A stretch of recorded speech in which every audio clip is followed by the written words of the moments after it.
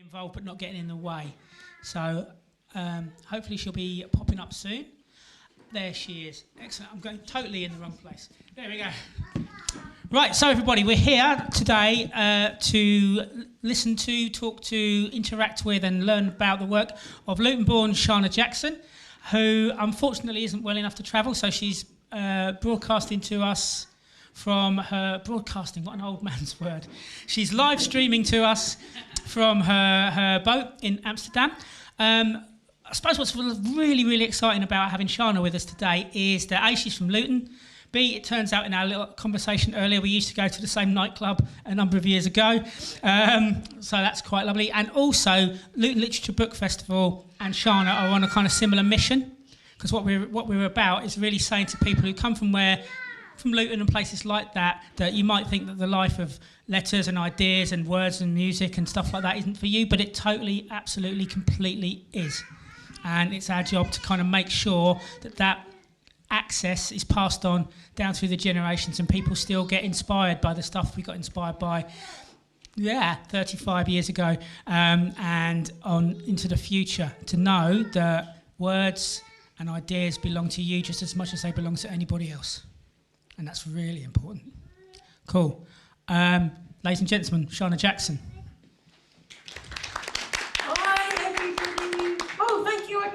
Applause. Thank you so much. I really, really needed it. So thank you. And I'm sorry. Thank you, Lee. I'm really sorry that I couldn't be there. I have got COVID and I didn't want to cough my Dutch version or variant over to you. So next slide, please. I just wanted to say hello, greetings to you. And next slide, please. I am Sharna Jackson, like Lee said. I am, how old am I? I'm 40 now. I live on a boat in Rotterdam. And I write stories. I love storytelling. And so I work in books and I also work in games. So I write games as well. So next slide, please. Here are some of the books that I have written. Before I started writing books for young people, I did lots and lots of different jobs. So it's really important to me to do lots of different things and see what kind of jobs we can do. So for a long time, I worked at an art gallery, and I worked at an art gallery called Tate, which is in London. And that's where I started really liking art and really liking books. But the thing that draws all the things that I've done together is making sure, my mission, like Lee said, is making sure that people who are from towns like Luton, who sometimes think, oh, you know, arts and culture and entertainment and media are not for us, they are for us. So making sure that all the books and things that I do are all driving towards that mission. So some of the books that I have written include, so I'm just going to pick up some that I've got on my desk. This little one here, which I really like, is called The New Me, and it's for I guess if you're like 6, and it's about a little boy called Dean who wants to have a thing, like, you know, my thing is science or my thing is, you know, music. He is on a search for his thing. That's The New Me. I really like that one. I wrote this one with 1,281 other kids who live in London. We wrote this book together. It's called London Off, and it's about this creepy alien called Colin who is deciding to suck all the creativity out of London just for bands, just because he can, and to give it to his parents for their wedding anniversary present. It's very weird. But 1,281 kids and me worked on this one together. And then the book that I guess I'm most known for is High Rise Mystery. And High Rise Mystery is about 2 young black sisters who live on an estate in southeast London. And one day they follow their notes and their noses to the bins where they find the body of their art teacher, and they have to quickly solve the murder because it looks like their dad has done it. And they have to, you know, sort that out. So that's some of the books that I've written. Next slide, please. And yeah, so this is where I live. I live on this boat here. I know you can ask me anything. When we get to questions part, you can ask me anything about anything. But yeah, this is where I live now. A little bit different from where I lived in Luton. I used to live in Leagrave, if anybody's from Leagrave. I used to live in LU4. And there wasn't enough water there to have a boat like this. So that's why I moved. I moved to go to university. I went to university called Sussex, which is down on the south coast near Brighton.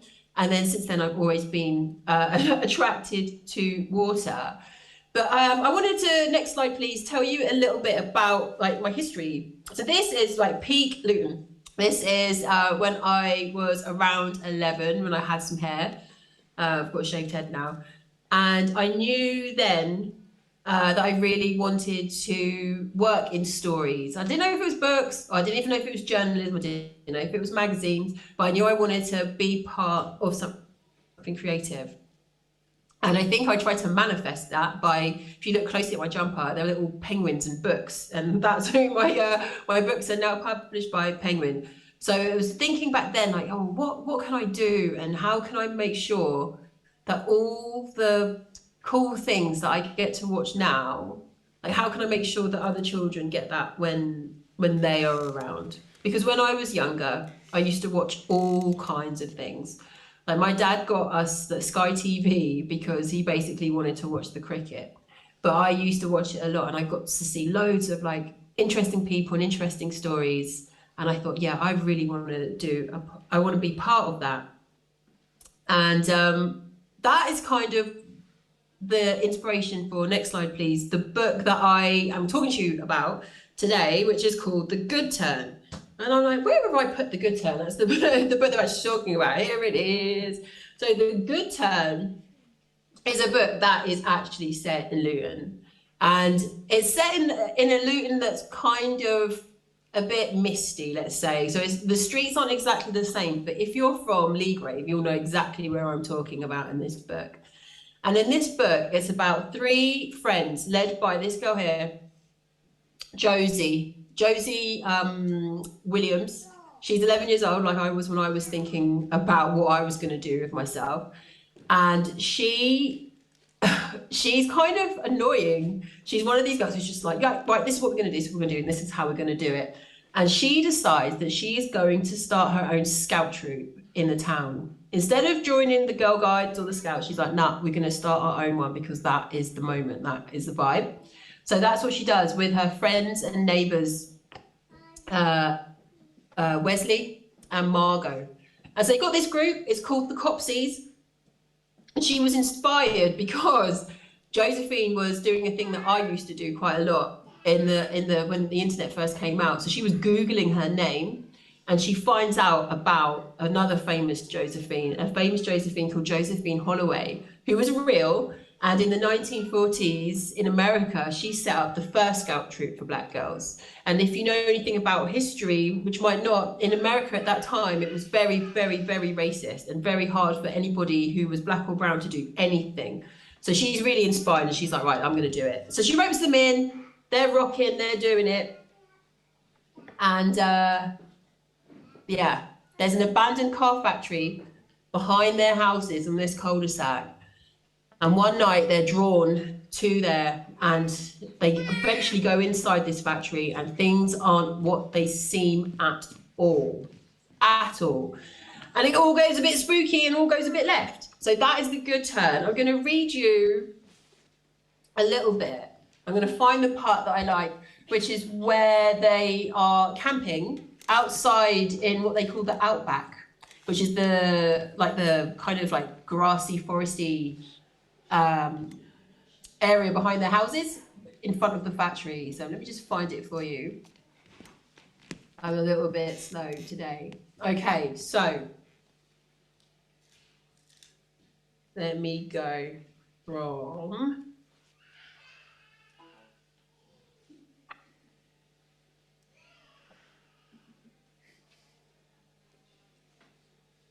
this little bit. So they're in the tent, it's night, and they're getting excited about just being out. Okay, and this chapter is called Camping. Close to nature, close to home. We sat cross-legged in our coats on our sleeping bags. The lit torch between us filled the tent with warm yellow light. It was actually quite beautiful. I looked over at Wesley and he smiled back. You've cheered up, I said. Yeah, well, it's nice, isn't it? Quiet, peaceful. He lay down. I might live here forever, you know. Maybe I will too, said Margot. It's nice having company. It is, said Wesley. Can't relate. I have nothing but company all the time. Sometimes I don't want it. Grass is always greener, isn't it? Said Margot. Yeah, he sighed.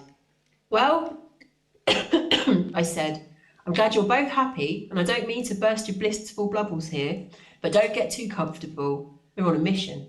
If we see the lights or hear anything, we're investigating, right? Margot nodded, but Wesley's face fell. Wait, can't we just stay here and earn the camping badge? He reached for his quilt and covered his knees. Your blankie won't save you from ghosts, said Margot. You do know that, don't you? Wesley waved his gloved hands at Margot. No, don't do that. Don't say the G word. Not here. Don't encourage them. All right, said Margot, smiling. I won't. She reached for her cool bag. Here, eat something. I've got plenty of things. Sandwiches, buns, cheese and crackers. I've even got 3 patties in here, 1 each. Yes, said Wesley, diving into the bag. He grabbed a tinfoil parcel and ripped it open before stuffing the contents in his mouth. Beef? He asked, through cheeks full of food. His eyes crossed in delight. Beef. He sighed happily. This is great, Margot, thank you.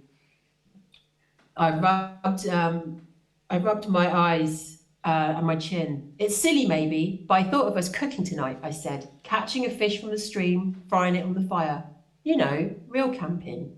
Margot and Wesley looked at each other and burst out laughing. Absolutely not, said Margot. Yeah, no way, said Wesley. It's a nice dream, Josie, but no chance. Last summer, when we camped on the coast, I went to a river with my net. I had the same idea as you, the exact same dream, one that quickly turned into a nightmare. All I saw down there was a rat eating a dead baby bird. Ugh, said Margot. In it, said Wesley. I saw Mother Nature that day. She wasn't pretty, I can tell you. So that is like half of the camping chapter of The Good Turn. And yeah, they do, spoiler, they do go into that factory, maybe not on that day, but things do get interesting. Next slide, please. And I wanted to just bring up a little bit or tell you a bit about the characters. I think you probably got a good idea of what they're like from that little bit. So Josephine Williams rather, 11, just really focused on the future, wanted to do things like, let's just, you know, make change and let things happen and be bold. So that's her. Wesley is a little bit more cautious and he's got a lot of things going on at home. His mum's not feeling too well and his dad doesn't live there anymore. And he has to look after 3 brothers, well, 2 brothers and a sister. So he decides to join the scout troop because it's like a little bit of a break from home.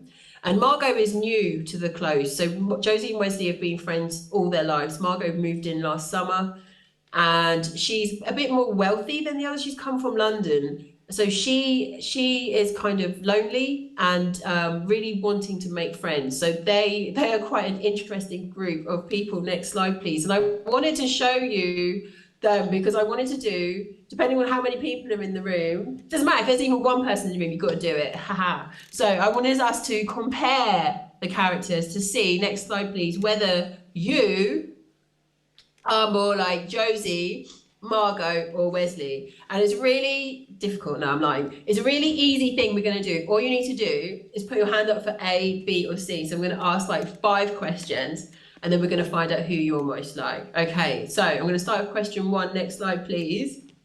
What are your favourite subjects at school? What do you like to do when you're at school? A, anything hard so you can think deeply, like just want to get into it. Or B, English defo. Or C, I suppose art's all right.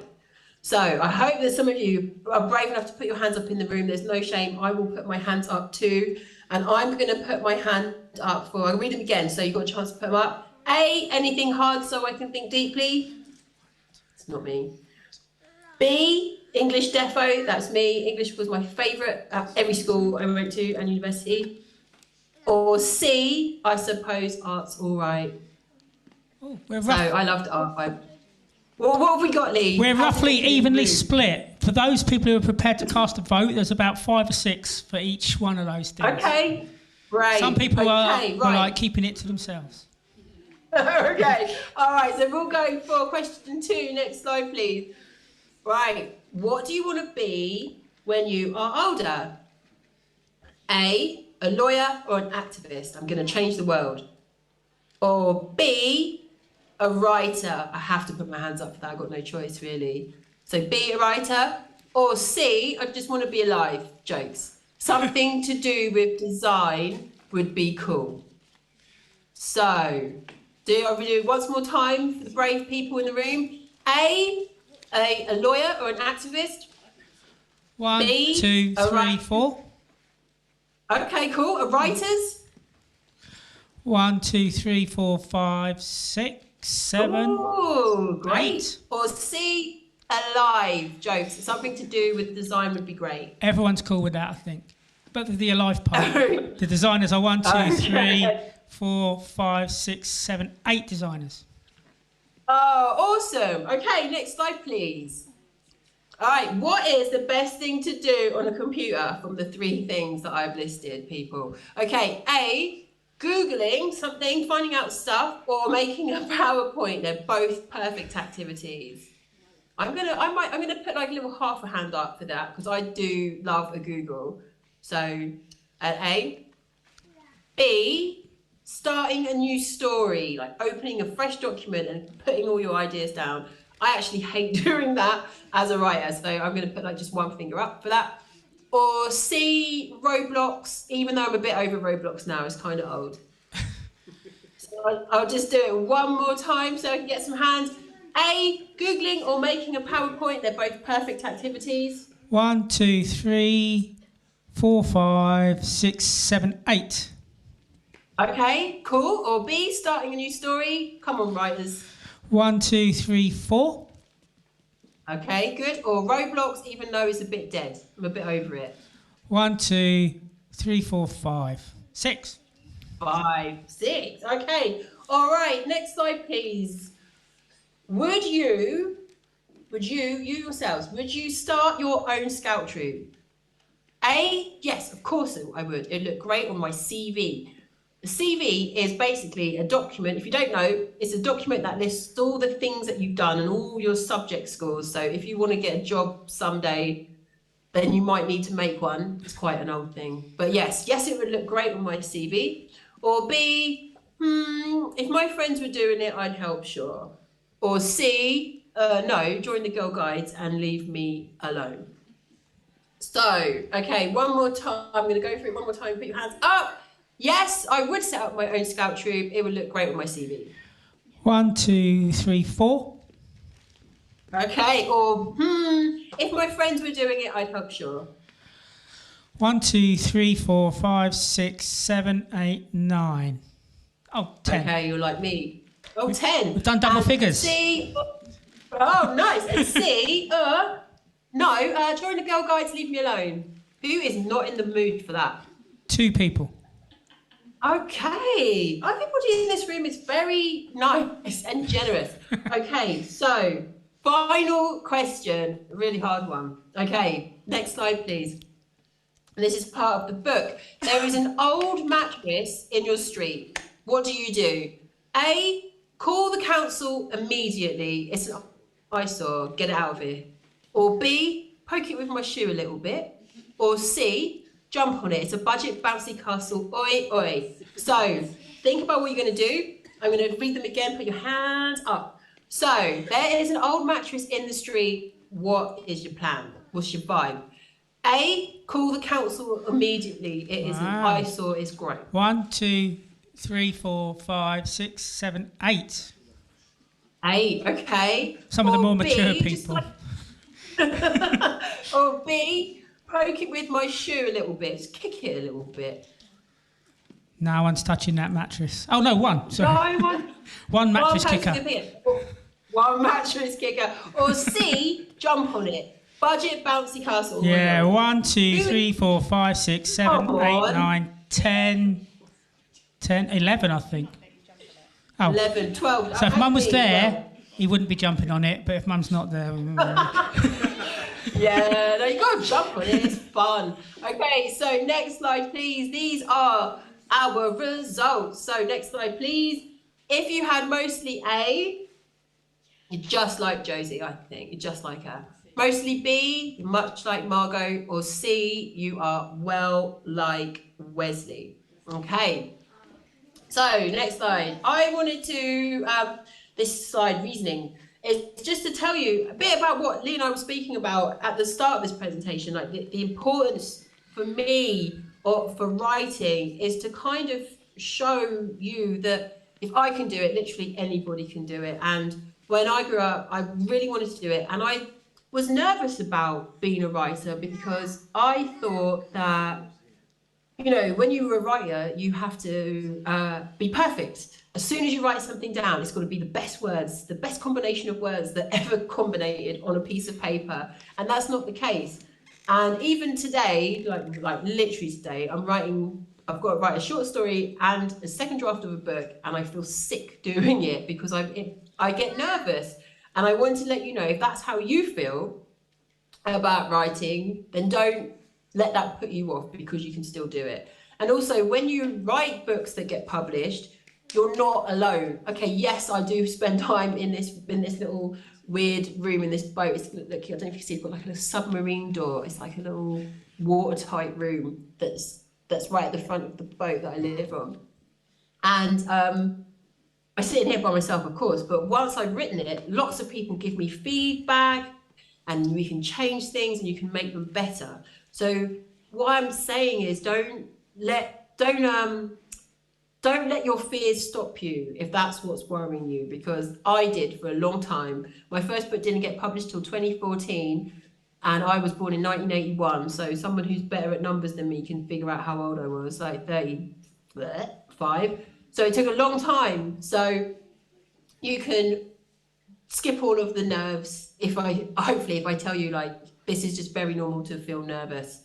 So yeah, that's part of the reason why I did it, why I write the stories I do. And but for Good Turn specifically, next slide please, it's about being it's really, Good Turn's a really hard book to talk about without spoiling the whole thing, because it's really not what it seems. But at its heart, it's about really making sure that we look after people. We look after ourselves and each other, and especially people in Luton and our communities. And there's something in the book, like there's a big twist in it that is kind of influenced about something that really happened in real life, and it comes from like a Luton perspective, and I don't want to spoil it, but yeah, it kind of shows the importance of looking after each other and looking out for each other, even if we've got our differences. So that's super vague and super wishy-washy, but trust me, when you read the book, fingers crossed, that will make sense. So it's all about kindness, and excuse me, I don't know if anybody's feeling brave enough, I really hope you are. Next slide, please. To talk about any incident or any instance of you doing something like super kind recently, in the last, I don't know, let's say month. That's kind of recent, isn't it? So I'm not very kind. I just got COVID, so I just been coughing in my bed and watching Netflix. But when I was able to be, when I was much better, I don't know if you heard that little scream in the back, that's my son. He's like nearly 13. I made him some dinner, which I know is what you're supposed to do as a parent, and I think that's kind to him. But has anybody done anything that they would feel really comfortable with, like coming on the mic and saying that they're really proud of that they've done? I know it's a big ask, but you're more than welcome to do it. Cool, so here's a chance to show how lovely you are. We've got a hand up here. Hang on. What's your name? Thea. So I think that in the last month, probably I've tried to give more compliments to colleagues, just because it's nice to receive them. So I kind of figured actually it'd be nice to give them as well. Yeah, I think that's so. You're so right. Cheers, you were coming through fine. It's something so small that can really make somebody's day. And I know this might be a bit weird, but sometimes when I see like people on the street who are dressed impeccably well, I'm always like, wow, you look so nice. But it's kind of hard to do that now because I live in Rotterdam, which is in the Netherlands, and I don't speak Dutch. So it's really hard. So people are just like, why are you so weird just stopping me and telling me about my outfit? But it's a really nice thing to do. I think that's really nice of you, Bea. You're very kind. Yeah. Is anybody else doing Yeah, we've got another volunteer here.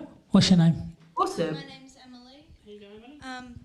This actually happened like 3 to 2 months ago. I was doing this bocce tournament, and there was this kid who was like in year 11 who was partially sighted, and I made friends with him, and he really likes washing machines actually, and we're good friends now. Oh, that's amazing. See, just extending some kindness. And I'm not doing this so everybody feels like, for those of you who aren't sharing, it's not to shame you into being kind, it's nothing like that.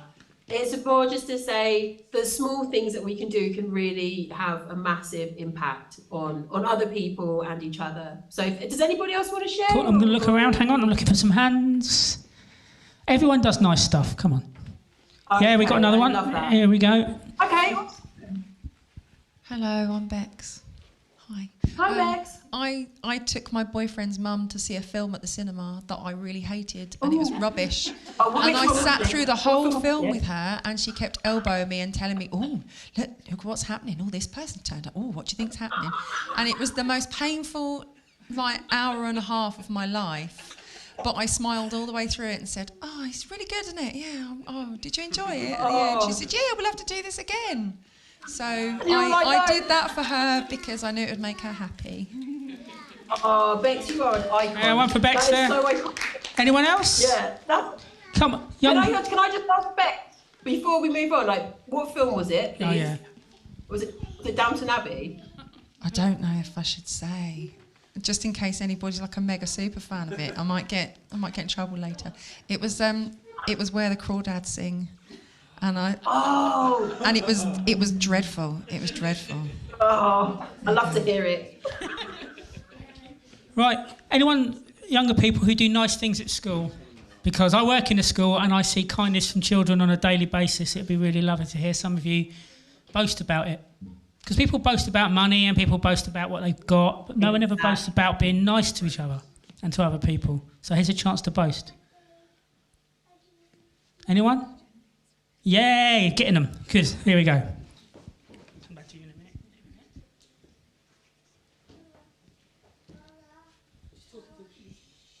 Yesterday, I went to my friend's house and I brought my baby sister on their trampoline and played with her.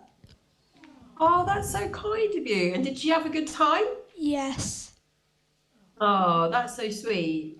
Does she? How old is your baby sister?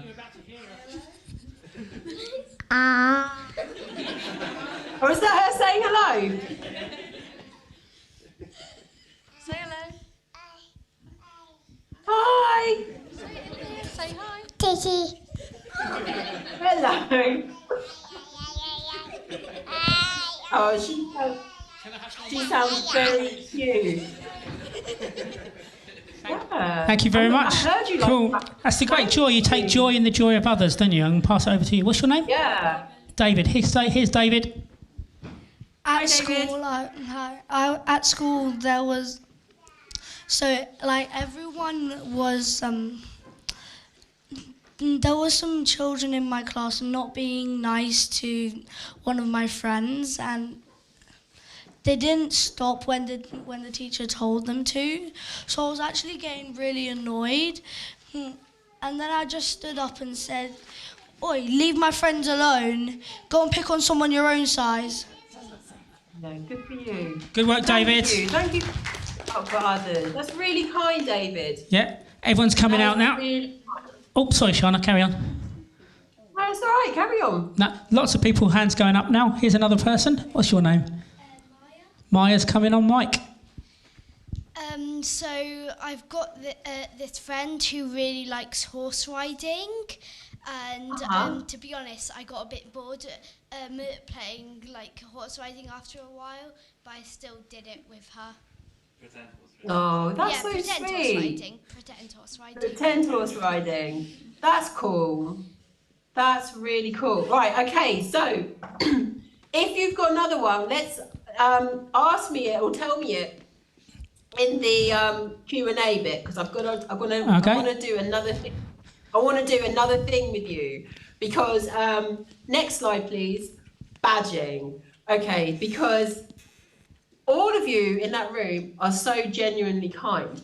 But I think in the good turn, like Josephine starts the scout troop, but you know what? I don't think that her intentions at the start were to be kind to other people. It was more about being kind to herself. So for fun, I want us to imagine what badges. We're all in the COPSI club now. We're all in the group together. We've all done our pledge. We're all rocking, and now we're going to give badges. And all the badges in the COPSI club end in ing. Okay, so all these things: badging, introducing, greeting, like da da da. They're all badges. So we're going to make up badges. Okay, so I'll show you how to do it. We'll do this. Okay, next slide, please. Right, so what badge are you going to award for the following actions as a COPSI? Okay, next slide. Scenario. Right, for the young ones in the room, you did the washing up without being asked. You just went in there and you were like, Mum, Dad, Auntie, Grandma, Granddad, not a word. I'm just going to wash up. I saw the mess, I'm cleaning it up. That's me. So, and for people in the room, put your hands up and tell me which badge we should award as a COPSI for doing the washing up without being asked. Helping. Helping, that's a good suggestion. Anybody got anything else? Cleaning. Cleaning. Cleaning, that's a very good suggestion. Does anybody have something that's not helping or cleaning? Washing. Washing, very good. I'm going to tell you the answer. Next slide, please. This is the badge I would give you. Scamming. I think you're scamming for pocket money. So that's what I do. Next slide, please. I'm only joking. It's cleaning. So shout out to the person who said cleaning. Let's do another one.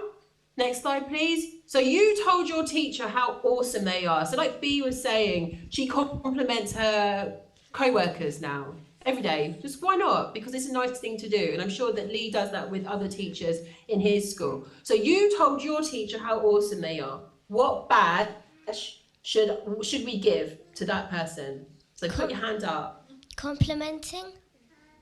Complimenting. Oh, amazing suggestion. What's your name? Zachary. Zachary. All right. Zachary, that's a good one. Anybody else got anything other than complimenting? Yeah, we've got another one over here. What is it?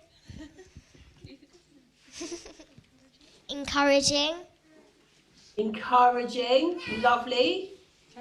Anybody got anything different? Pretending. Oh, what's your name? Emily. Emily said pretending. Next slide, please. I think she's right because scamming. She's scamming for good grades. So Emily was on the nose, but really, next slide, please. Zachary had it right with complimenting. So yeah, I think you can guess the pattern of our little badges reward system, but we'll do one more anyway. Next slide, please. So this is a lovely thing that you did. You donated your old toys and your old clothes because you just thought, you know what? These don't serve me anymore. These don't serve me. I have to move on. I've got to keep it fresh. So, what badge do we give to people who donate their old toys? Donating. Any donating? Really good one. Scamming. Anybody? Scamming. Scamming for what? Scamming for what? Money. Scamming for money. Okay. Anybody got anything else? Decluttering. Decluttering. There's one more. Okay. Giving. Giving. Okay, so next slide, please. You're all on the right track. Scamming. I thought scamming for new toys. You know, get the old ones out, get the new ones in. But next slide, please. Really, giving. So everybody who said giving, donating, declaring is good too. But yeah, giving and donating were perfect. So next slide, please. I wanted to tell you a little bit about how I know we talked about how nervous I feel starting a new story, but I want to tell you a bit more about how I develop books or develop my ideas in case it helps you if you wanted to write your own stories as well. So you can see, I'll just move my computer around a little bit, mind the mess on my desk. But this is like my submarine door where I have Post-it notes. So Post-it note, I'm not sponsored by Post-it, I wish I was, but I love Post-it notes because I keep them on my desk, in my bag, on my living room table, and if I just have an idea, I write it down. Even if it doesn't make any sense, I'll put it on there, and then it might make sense later. So this office is like being painted. I say new recently, it was like a year ago. But the big Post-it notes don't stick on this wall anymore, but I used to have them everywhere. So I have like loads of ideas, I'm just gonna slide down and read any. So like, this thing here, it says, I don't know if you can read that, it says, like the lottery, but with babies. And like, that doesn't mean it doesn't mean anything yet, but it was just an idea that I had. Sometimes like, it's just important to, I think, write things down and you can have them and they can kick off other ideas for you. So you don't have to have a big Post-it wall like this, although I do like to do that. You can have anything that's important to you. So I'm just going to skip to the next slide so I can show you how I did it for another book.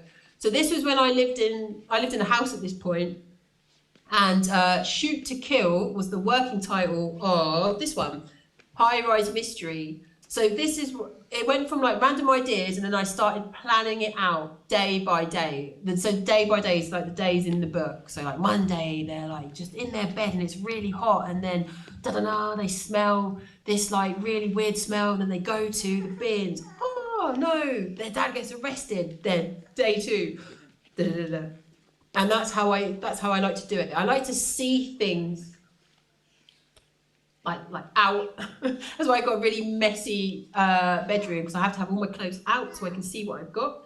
But that's what I do. I make notes, and what I really like about writing is that it's not an expensive hobby. It doesn't have to be. So you don't have to, if you want to be a writer, you don't have to go out and get a fancy MacBook and a fancy iPad and pen and all of that business.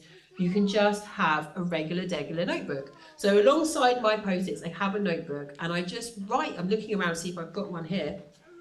I just write anything in them, and it's really nice to, especially if you live in a city where you can speak the language, or even if you don't actually, it's nice to just be a bit observant and watching things and hearing things around you. So I still do, like if my son is like talking to his friends, now he plays a lot of like, he's got a PS5, so he's always like talking to people, and I like listen to like how they like cuss each other, and I write the notes down, and it's quite good for dialogue. Or if I'm on a bus, I'll look out the window and I'll like maybe like write what I see.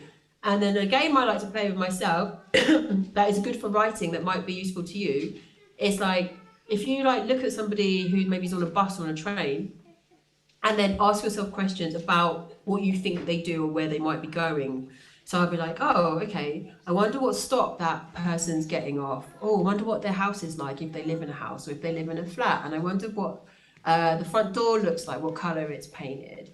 And then what are they going to have for tea tonight? Or who made that for them? Where did they get it? And what does it look like when they look out of their windows? They're like trees, or do they see a factory? And then what are they going to watch on TV? Do they like sport? What football team do they support? So you ask yourself loads of questions, and then the more questions you ask, you start like building characters and worlds and things.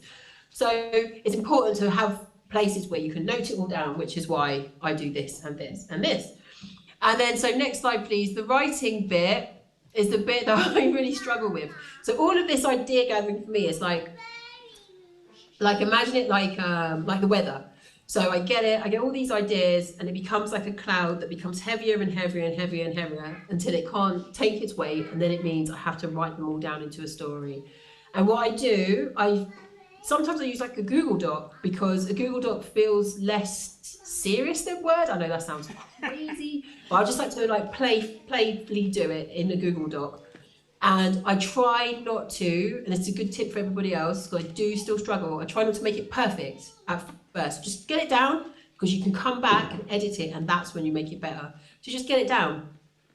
And sometimes when I'm writing my story, if I've done all that work about, okay, what food do they eat and what they like and what are they wearing and da-da-da-da-da, it's kind of like I'm watching the story in my mind and I'm just like writing it down. And so that makes it easier for me. So there's a lot of prep work that goes into writing before you write. And it's funny because my family, I live with my son and his dad, and they're like, oh, you haven't done any work today because we didn't see you typing, but I've just been like in here, like thinking. So a lot of writing is thinking. So don't worry if you're not like writing like, I don't know, 1,000 words a day or 2,000 words a day. It doesn't mean that you're not a writer, please. I beg you.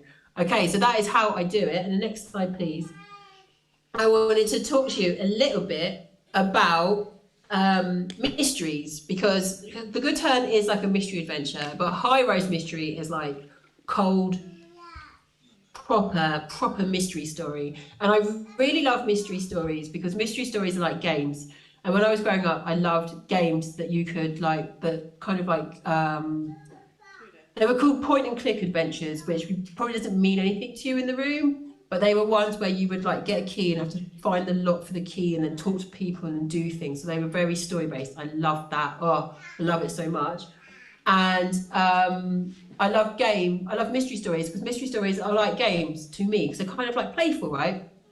And like a game that I don't think anybody really plays it as much as they used to, but I still play it, is a game called Among Us. I think, does anybody remember Among Us from like last year or a year or two ago? And that's like the perfect murder. It's literally a murder mystery. Lots of excitement on one of the rows there for Among Us. Yeah, you love Among Us still. So I love it. So we could like, you can ask me anything about Among Us or give me some tips. I always play as Orange because I feel better as Orange. And I actually hate being the one that does it, the imposter. I like to be just a crewmate and I like to die early so I can just like look around the map and see what happens. It's like my favourite thing. I love Among Us. And that's what murder mystery is like, because you need to have all these elements to it. So I wanted to ask you, sorry Lee, I'm going to make you run around again. Like, what things do you need in a mystery? Does anybody want to tell me the kind of things that you need to have to make it like a good mystery? Yeah, on the mission. Something that you need to find out. Absolutely, you need something to like figure out, otherwise what are you investigating? That's a really good one. Some really funny bits. Yeah, you need it to be a bit funny, I think so. Something that distracts them, like a person who it looks like it's obviously, but it's actually somebody else. That is perfect, and that's called a red herring, and that's exactly what it is. It's like a fake out, isn't it? That's a really good thing that you need in a mystery story. You need a reason to investigate. Exactly, you need a motive. Otherwise, why are you doing it? Exactly. Anybody else? Everybody in this room is so smart. We've got a whole row here. We've got a whole row here. I was going to say a red herring, but it was already said. Okay, maybe that was a red herring in this. Yeah, very cool. A detective. A detective, absolutely. Otherwise, who are we going to look through, or how are we going to do it? Okay. Exactly. 2 more. More than one suspect. Exactly. I think you need at least 3. You need a secret. You need a Oh, you're frozen. secret. You do need secrets. You're back. I'm frozen. You're back in the room. Okay. You need a complicated answer. You do need a complicated answer. You do. Okay. Has anybody got anything else? No, I think we're done. Okay, right. So next slide, please. So I got this thing, which you can totally steal, but it just helps me to remember all of the things that I need when I'm creating mystery stories, or actually any stories, because like I say, I write loads of different things, fiction and non-fiction and art and middle of that. But I think of these things, I call it the 3 Ps. People, plot, and place. Okay? So people, so we started talking about detectives, exactly that. You need all the characters and the suspects. You need characters. So I like to have 2 to 3 detectives or main characters, because then You can have difference of opinions, and they can have like arguments with each other and all kinds of things. And then for suspects, I think you need at least, someone said you need more than one. You're completely right. If you've just got one, what are we doing? I think 3 to 6 is good. Any more than that is too much. Any less than that, too small. And in your story, it depends on how big your story is, but I think you also need other people in the world. Like, also, you need people in the world, but I mean, like, you need other characters. So if you've read High-Rise Mystery, I mean, like, people who work in the shop and in the pub on the estate, people who are just like really not in the mystery, but just in the world, because it makes the place feel more interesting. And then speaking of place, you can set a murder mystery absolutely anywhere. So I set mine on the estates or in a cul-de-sac in Luton, but you can set them on the moon, on a submarine, on a boat, anywhere you like. I would just say, my one tip is, if you're doing like a murder mystery, the place where the murder happens needs to be quite closed off. So not everybody in your story could have had access to it. So, okay, so if you wanted to kill me now in my boat for a story, you would like make sure that this door locks. And then there's like a window here. Maybe there's somebody could come through the window. And there was some secret passageway underneath the bottom. So there's not too many ways you can get in, because if everybody could have come through this window, come through this door, then anybody could have killed me. And if anybody could kill me, then it's not a good, interesting story. So yeah, keep your pace quite small. And then plot was like the thing, the red herrings and misdirection, all of that. That's exactly what you need to do. With a murder mystery, or any mystery, I think what you should do is ask yourself the 5 W's. You know what that is? Like where, why, who, when, what. Ask yourself that at the beginning of the story and know that as you write it, because then once you know exactly what happened and who did it and why they did it and where they did it and how they did it, then you can put in all your red herrings and put them in, all knowing that you didn't just like write it and lose your way and then had to like back out, if that makes any sense to you. Because that's what I did with High-Rise Mystery. I just started writing it like, and then I was like, oh, wait a minute. That doesn't make any sense. So yeah, knowing what happens in your murder or your action is the exact right thing to do. If we do it, so that's people, plot, and place. Use that. It really helps me just to remember what I'm supposed to be doing when I wake up at this desk in the morning. Like, so people, plot, and place. Next slide, please. Incoming. This is about to tell you about other new books that I've got. I don't have any new books. I'm retiring. No, I'm joking. I've got like I've got a book coming out. What day is it today? 24th. On the 29th, I think, 28th or 29th. And I've got a short story in a book called Joyful, and it's about celebrating Black voices across the world. And I've written a story called Good Reception, and it's a one-sided phone call, a girl on a bus. So imagine you're on a bus and you can just hear a girl talking on a phone. That's what that is. It's something different for me, so I've tried that. And then that's it. That's what I've got coming out. I'm doing, I'm a week late. I'm doing a horror story, which I've never really done before. And that's going to be in a book that's not announced yet, but will be announced soon. I've got a book coming out that I wrote a short story for, which is like a Christmas mystery. It's called The Very Merry Murder Club, and the paperback is coming out, and it's quite nice.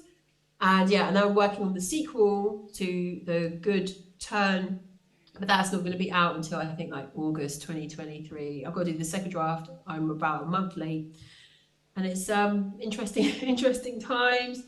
But that's it, I think. I've got some more slides, and this slide says questioning, I think, the next slide. It does. Yeah. So this is the part where you can ask me anything, like you can ask me absolutely anything that you want until we run out of time. So you can ask me about boats, books, Luton, anything else that begins with Luton. Yeah. So yeah, anything that you like. Cool, we got 10 minutes. Anyone got questions? I'm going to try and get around to everyone. We've got 2 here and then 1 over there, and then we'll see who else develops. What was your inspiration to the High-Rise Mystery series? Okay, so my inspiration for the High Rise Mystery series was thinking, okay, I love murder mysteries on TV and books, but do you know what?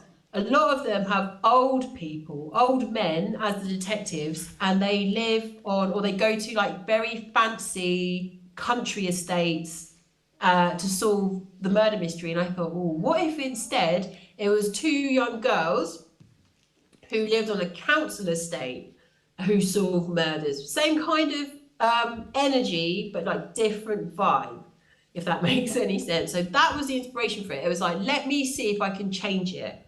Change what murder mystery looks like. Because a lot of it's like very like, oh, 1940s, went to the country house, and then, oh God, the butler poisoned the Viscount. And I just thought, oh, no. Let's do something that maybe more people could like and more people could enjoy. So that's where that one came from. Cool, next up. Good question. Oh, next up. On Among Us, how many players and how many imposters do you normally play on? What's your settings? Oh my God, I'm really, okay, I'm so basic. So I would go with 6 and 1 imposter. I can't handle having like 2. It just makes me feel sick because I can't. If you ever watch me play Among Us, I'm just like this in the corridor, like I can't. And I'm scared to go down the vent, scared to come up out of the vent, just like stay on my one scaled map. But like, tell me what you do. How many players and how many imposters do you have? Go back, hang on.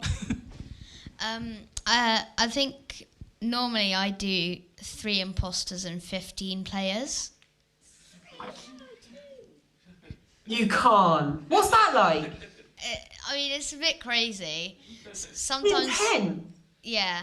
I mean, sometimes it gets annoying because people keep on spamming emergency meetings, but other than that, it's quite fun.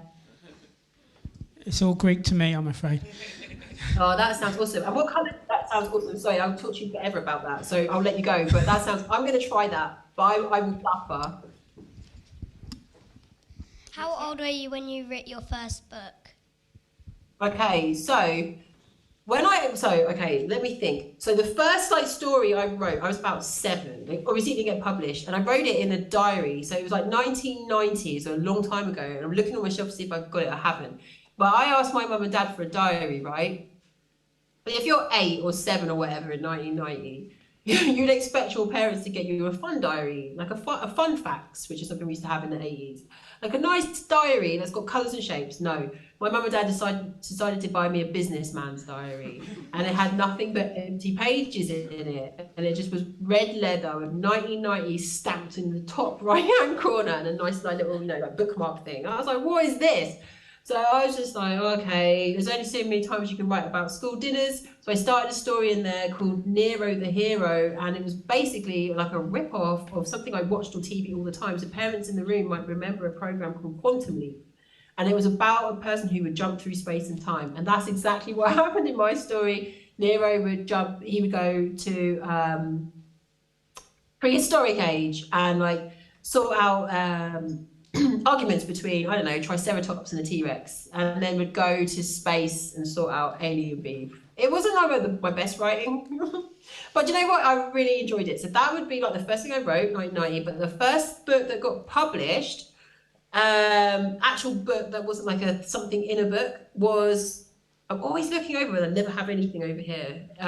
It was called the Tate Kids Guide to British Art and Modern Art. 2 came out on the same day, and that was 2014. So yeah, 2014 minus 1981, 36 or something, 35. That's when I wrote my first, had my first book published. So it was a while, but because I did other things in the meantime, like I worked at an art gallery, I made apps, I work on games and do lots of other things. And I think that's interesting. Like if you're interested in being a writer, I will shut up in 1 second. If you're interested in being a writer, it's really important that you have lots of other hobbies as well, because it gives you things to write about. So yeah, if you're you like science, you can be a science writer, you can be a music journalist, you can add writing to everything that you do. So you don't think just being a writer is not just about being a writer and thinking about writing all the time. It's about being present and enjoying life in the world as well. Sorry, that was I turned that into a huge answer for no reason, and I'm really sorry. What is your favourite book? My favourite book that I've written, or that it just exists in the world? That you've written. Oh, that's like asking your mum who's your favourite baby. So it's a really hard question. I really love. Okay, I'll give you top three. I'll give you top. Okay, I really like The Good Turn because it's my latest, and it's I tried really hard with different kinds of writing in this one, so I like this one. I love High Rise Mystery because it slaps and it's really funny, and it's like it was the first like serious book that I did, my first like novel, so I really like that one. But this one I told you about earlier, London Land Off, but I love it because there were so many of us working on it together, and it was really hard to like write with 1,281 people. So I wrote the first 3 chapters and gave like everybody like a starting line and an ending line for the book, and then they filled it in, and then my friend did the illustrations, and then I wrote the closing chapters as well. So it was a hard thing to do, but I really like it. But yeah, I love all my books apart from one which stresses me out.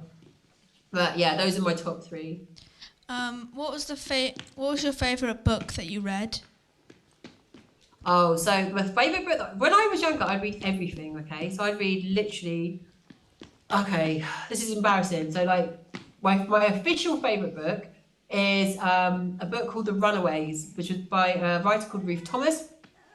And it was about 2 kids who live in East London, I think, and they're not like popular in their class, and they're not friends either, but somehow they end up walking home together from school, and they go into an abandoned house, and they find like £10,000 in an abandoned house. Now £10,000 is so much money, but when the book was written in like 1989, that was like loads of money, and they take it and then they start looking sus at school, and so they think they're going to get caught, so they run away together, and they go all over the place. Brighton, Bristol, other places that begin with B, I'm sure.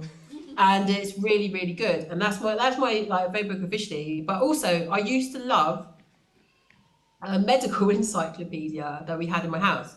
It's a medical encyclopedia, so you just look up lots of diseases. That was my favourite book. And I had like favourite diseases and all kinds of things. I was like very weird. And I was just like, I would read everything. And I think that's important too. If you're interested in reading, or you're not sure, if you've come today and you're like, oh, I don't love reading that much, maybe you just haven't found what it is that you like to read. You don't have to read my books. If you want to read medical encyclopedias, like, you should do it, because I love those. Or, graphic novels, or, if you like football books. They're just reading and going to new worlds is the important thing. It doesn't matter, like, the journey you take to get there. Okay, we've got 2 more questions, but we'll have to be dead quick because we've got about 90 seconds left. Okay? Okay, here we go. Yes. Who's your favourite author? Me. Easy answer. And next up? What's the link between the 3 high-rise mystery books? Okay, so they have this, the link that, so the 2 of them are set at the Try. The 3rd one is they go on a new school trip, but all of them have Nick and Norva in them. That's what links them together. And the 3rd one doesn't have murder in it. But if I do another one, which I might, maybe, I'm definitely going to murder some people, yeah.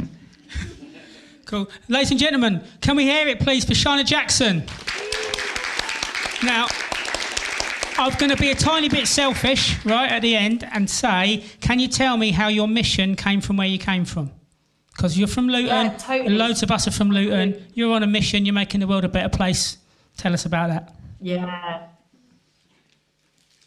So I'm from Luton, and when I was growing up in Luton, people used to be really rude about our town, and they used to just say, oh, Luton Airport, all that stuff that I'm sure you've heard. And I really think it's important for all of us to recognise how creative and how lucky we are to live in a town like this. It's super multicultural with there's lots of inspiration around us. And I'm on a mission to make sure that the children in Luton now have the same feeling and vibe towards the town and each other as I did in the 80s, 90s and early 2000s. And I just want to say that, yeah, like if you want to write, you can write, because seriously, I am just, as you can see, an idiot.